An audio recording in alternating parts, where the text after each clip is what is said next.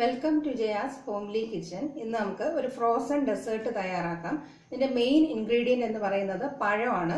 ഇതിനകത്ത് ഞാൻ ചെറിയ പുളിയുള്ള ഏതെങ്കിലും പഴമാണ് ഉപയോഗിക്കുന്നത്. അപ്പം ഞാനിവിടെ റോബസ്റ്റോ പഴമാണ് എടുത്തിട്ടുള്ളത്. ഏത്തപ്പഴം ഒന്നും എടുക്കാതിരിക്കുക.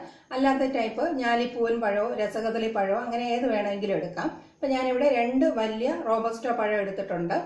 പഴം നന്നായിട്ട് പഴുത്തതായിരിക്കണം. അതിന്റെ തോല് മാറ്റിയിട്ട് വട്ടത്തിൽ കട്ട് ചെയ്ത് തലേന്ന് തന്നെ ഞാനിത് ഫ്രീസറിൽ സൂക്ഷിച്ചിരിക്കുന്നതാണ്. ഏകദേശം ഒരു 24 മണിക്കൂർ നന്നായിട്ട് തണുത്ത് നല്ല ഫ്രോസൺ ആയിട്ട് നല്ല കട്ടയാക്കി വേണം നമുക്ക് ഈ പഴം എടുക്കാനായിട്ട്. എന്നാലാണ് ഈ ഒരു ഡെസേർട്ട് നല്ലൊരു ടേസ്റ്റ് വരുന്നത്. ഇതിന്റെ കൂടെ നമുക്ക് വേണ്ടത് കുറച്ച് കൊക്കോ പൗഡറും കുറച്ച് പീനട്ട് ബട്ടറുമാണ് വേണ്ടത്. ഇപ്പൊ പീനട്ട് ബട്ടർ എല്ലാവരുടെ വീട്ടിലും വേണമെന്നില്ല. അങ്ങനെ ഇല്ലാത്തവർക്ക് അതിന് പകരമായിട്ട് കുറച്ച് റോസ്റ്റഡ് കപ്പലണ്ടി, ഉപ്പ് ചേർക്കാത്ത റോസ്റ്റ് ചെയ്ത് വെച്ചിരിക്കുന്ന കപ്പലണ്ടി ഉപയോഗിച്ചാലും മതി. ഇന്ന് ഞാനിവിടെ പീനട്ട് ബട്ടറും കൊക്കോ പൗഡറും കൂടെ ചേർത്താണ് ഈ ഡെസേർട്ട് തയ്യാറാക്കുന്നത്. ഇപ്പൊ ഈ കൊക്കോ പൗഡറിന് പകരമായിട്ട് നമ്മുടെ വീടുകളിൽ നമ്മൾ കുട്ടികൾക്ക് കൊടുക്കുന്ന ഏതെങ്കിലും ചോക്ലേറ്റ് സ്പ്രെഡ് ഉണ്ടെങ്കിൽ അത് വേണമെങ്കിലും ഉപയോഗിക്കാം. നമ്മുടെ ഈ പീനട്ട് ബട്ടർ ഒഴിവാക്കിയിട്ട് കുറച്ച് കപ്പലണ്ടി ചേർത്ത് വേണമെങ്കിലും ഇത് തയ്യാറാക്കാം. ഇതിനകത്ത് പഞ്ചസാരയായിട്ട് അങ്ങനെ ചേർക്കുന്നില്ല. ഈ പഴത്തിന്റെയും ഈ പീനട്ട് ബട്ടറിലുള്ള ചെറിയ മധുരവും മാത്രമേ നമുക്ക് ഇതിനകത്ത് മധുരമായിട്ട് കിട്ടുന്നുള്ളൂ. ഇത് തയ്യാറാക്കാനായിട്ട് ഞാൻ ഉപയോഗിക്കുന്ന മിക്സർ ജാറും ഞാൻ ഫ്രീസറിൽ ഒരു 4-5 മണിക്കൂർ വെച്ച് നന്നായിട്ട് തണുത്തിട്ടാണ് ഇത് തയ്യാറാക്കുന്നത്.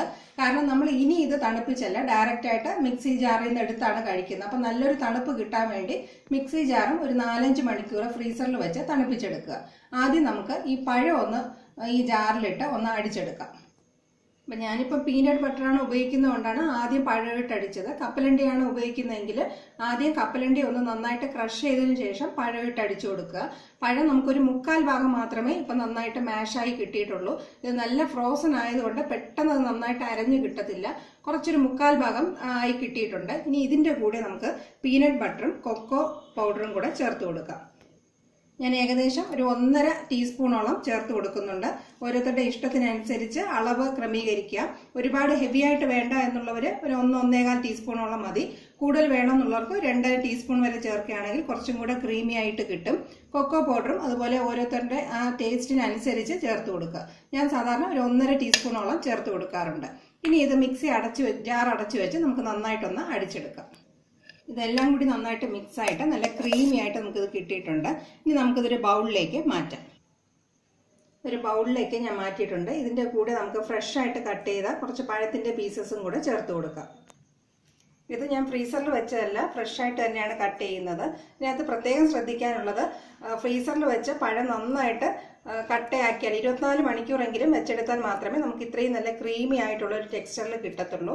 ഇത് വളരെ പെട്ടെന്ന് നമുക്ക് തയ്യാറാക്കി എടുക്കാവുന്ന നല്ലൊരു ഡെസേർട്ടാണ്. ചോക്ലേറ്റ് ഇഷ്ടപ്പെടുന്നവർക്ക് ഇത് വളരെയധികം ഇഷ്ടപ്പെടുന്ന ഒന്നായിരിക്കും. അപ്പോൾ തലേന്ന് തന്നെ നമുക്ക് മുൻകൂട്ടി അറിയാമെങ്കിൽ ഇത് ഫ്രീസറിൽ പഴം സൂക്ഷിച്ചു വെക്കുകയാണെങ്കിൽ പെട്ടെന്ന് ഇത് ആ സമയത്ത് നമുക്ക് തയ്യാറാക്കി എടുക്കാവുന്നതാണ്. ഈ ഫ്രോസൺ ബനാന ഡെസേർട്ട് എല്ലാവരും ഒന്ന് ട്രൈ ചെയ്ത് നോക്കുക. ഇത് വളരെ ടേസ്റ്റിയാണ്. പ്രത്യേകിച്ച് ഇത് കുട്ടികൾക്ക് ഇഷ്ടപ്പെടുന്ന ഒന്നായിരിക്കും. ഇത് വളരെ ഹെവിയാണ് എന്ന് വേണമെന്നുള്ളവർക്ക് ഞാൻ നേരത്തെ പറഞ്ഞതുപോലെ പീനട്ട് ബട്ടർ ഒഴിവാക്കുക, പകരം കുറച്ച് കപ്പലണ്ടി ചേർത്ത് കൊടുക്കുക. കൊക്കോ പൗഡറിൽ വലിയ പ്രശ്നമൊന്നും വരുന്നില്ല. പഴത്തിലും വേറെ അധികമായിട്ടങ്ങ് ദോഷം ചെയ്യുന്ന ഒന്നുമില്ല.